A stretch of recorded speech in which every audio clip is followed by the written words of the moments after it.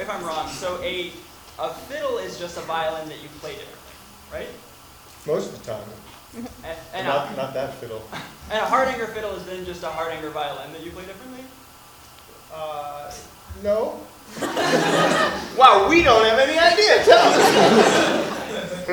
So what is a Hardanger fiddle, and were you born with it, or did you have to learn it? Yeah, I was not born with the Hardanger fiddle, no. Yeah, so most fiddles are exactly the same. You just play them differently, and play different tunes on them. The Hardanger fiddle from Norway has, well, a lot of stuff, but it has a set of extra strings that run underneath the fingerboard and through the middle of the bridge that ring as you play.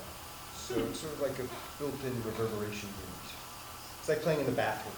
It's great. Have you ever played it in the bathroom, and if so, did it just melt everything? I plead the fifth on that. So have you been playing it since you were young, or? No, I've been playing violin since I was young, but I actually didn't even know about the Hardanger fiddle until I was older than you, in my 20s. It gets older?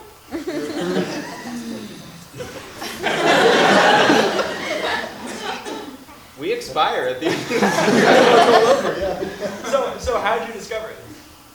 So there was a composer from North Dakota, home of many Hardanger fiddle fans, and he was writing a piece for me how to play. At the time I was playing 6-string electric violin, and of course, he wanted me to sort of learn some of the aspects of the style, because there's all these wonderful kind of ornaments, ways of playing what they do. And so he gave me this tape to listen to it, cassette, a long time ago.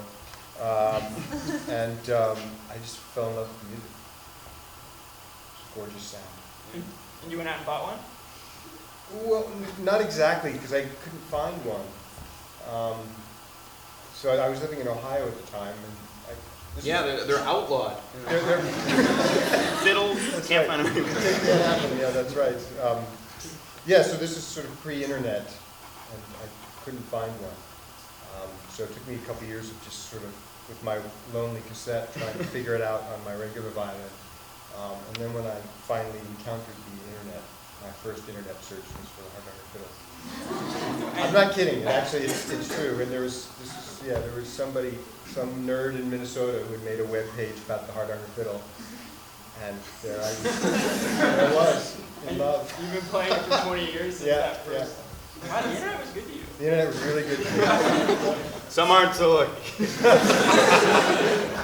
So, speaking of music nerds, you founded Princeton Laptop Orchestra, which I've always imagined that the founding of Princeton Laptop Orchestra was some people didn't get in and were like, fine, we'll go start our own with our computers. Then you get into the regular orchestra. So is that what Right. you're saying? Yeah. So that was the narrow, unkind narrative that I invented. I would be so interested in hearing what actually happened. What actually happened? Okay. At that time, I was teaching electronic music courses here, and basically they consisted of always working alone in the studio. You make something, and then you send somebody in and sit in a hall like this and sit in the dark and listen to what they made. So it's a little depressing. I actually sort of like to make music with other people. And so the idea was, instead of teaching electronic music where you sit alone in a studio and work, how can we make music together with computers? And so the idea is, well, we'll just make a class, we'll have computers and people, and we'll make a band and see if we can make music. So people are performing more than just like hitting spacebar? Absolutely, yeah. Yeah, I kind of imagine it was just like you sort of bang on it. We do bang on the laptops. Yeah? Yeah. So they have sensors in them that sense the tilt and so on. It's meant to protect the hard drive so that if you knock it off the desk, that's right, the hard drive will lock. But you can tap on it and tilt it and use that to control sound. And so everyone's laptop is like an instrument? Well, yeah, and we do that. We did that a lot at the beginning, using the laptop itself. I mean, it is kind of dorky as a sort of an interface for making music. So mostly, I think we build other kinds of interfaces, or we do a lot of repurposing, for instance, game controllers, and to try to get your body involved with sound in certain ways, but not the way the game builders intended. So you guys have never used like Guitar Hero? Actually, we have. Sorry, yeah, we have used Guitar Heroes, yep, once. On Expert, or? That would be insane to me. Yeah. Well, we didn't use the software. We just used the guitar. Oh, okay.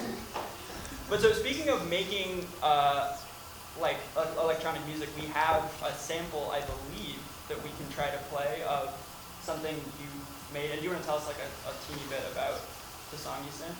Yes. You don't know what part it is. It's just like we picked like a thing. Oh, cool. Great. So we'll see what it is. I'm proud of all 30 segments of it, so it's all good. So this is a set of pieces that I've been working on for a new kind of piano. I call it a prepared digital piano. So there's this old history of prepared piano, where you take a piano and you misuse it by putting nuts and bolts and rubber bands and stuff between the strings, so that when you play the keyboard, it surprises you with different kinds of sounds.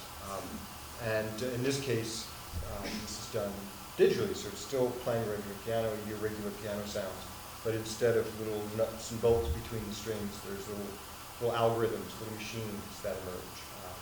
And so these pieces that I've been writing just explore the possibilities of building an instrument that misuses this very familiar interface of the piano using digital tools. Cool. Let's take a listen.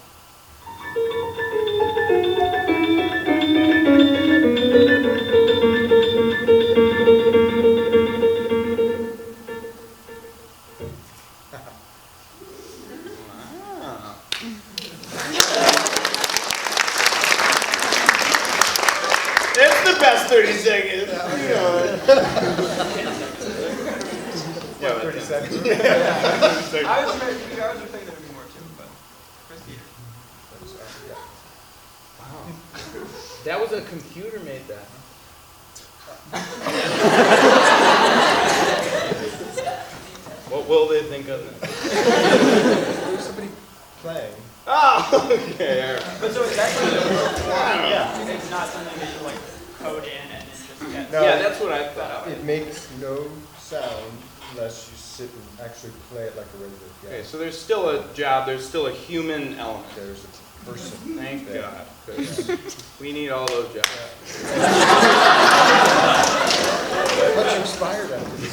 Well, not I don't, but the American people. So speaking of which, have you heard any like music that has been composed by algorithms? Is that I mean I know that there are all kinds of things that are getting automated or people are teaching computers to do. Do you think that's something that is going to happen? There's so much math. There's a lot of math in music. There's twos and fours. There is 4s and 6s sometimes, occasional odd number. But yeah, so there's a whole field of algorithmic music, and actually you hear a lot of it in game music, playing video games. A lot of that music is at least partially generated algorithmically in response to what you do. There are also efforts to model how Mozart wrote music, and those are less successful. Yeah. But I think another way people write algorithms in order to have something to experiment with as part of the creative process. You make an algorithm, you see what it does, and then you use that as part of what you're writing, trying to create. Do you think they're going to get better than you? That's my big question. Better at writing music than Well, humans? okay, Yeah. no, I mean And will like, they take over the good world? enough, maybe. Are they going to get where you're like, oh yeah, wow. I like that better than my human wife.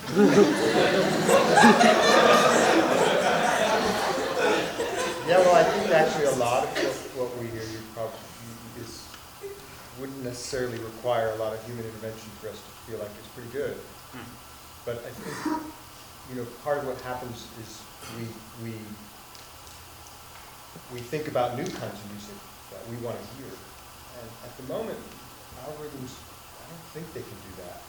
So they might be able to, emulate things that exist or modify them in strange ways. But, we are trying to make things for each other and things that we want to hear. They're not creative yet? I don't think so. I mean, maybe they will be soon. I don't have any faith. I took Post 146, and I know that computers are impossible to use. And I took the harder version, 109, and I learned more. Was that relevant just now? No. So you started playing violin when you were 4, Yeah, and you have 2 small children. yeah, Have you been forcing them to play music? yes, Great. as much as possible. No, I mean, on some level, my wife is also a musician, and we just decided that they needed to do something musical. And so we sort of waited a while to see if they asked. I asked to play violin when I was 2.5, basically. Our kids never asked. So we said, okay, you'll take piano lessons and you'll be in a choir. They seem to like it. I don't care if they do music at all after they leave the house. But it's, part of the family. Yeah, while they're at the dinner table. I right. I want them to have at least a little bit of a clue.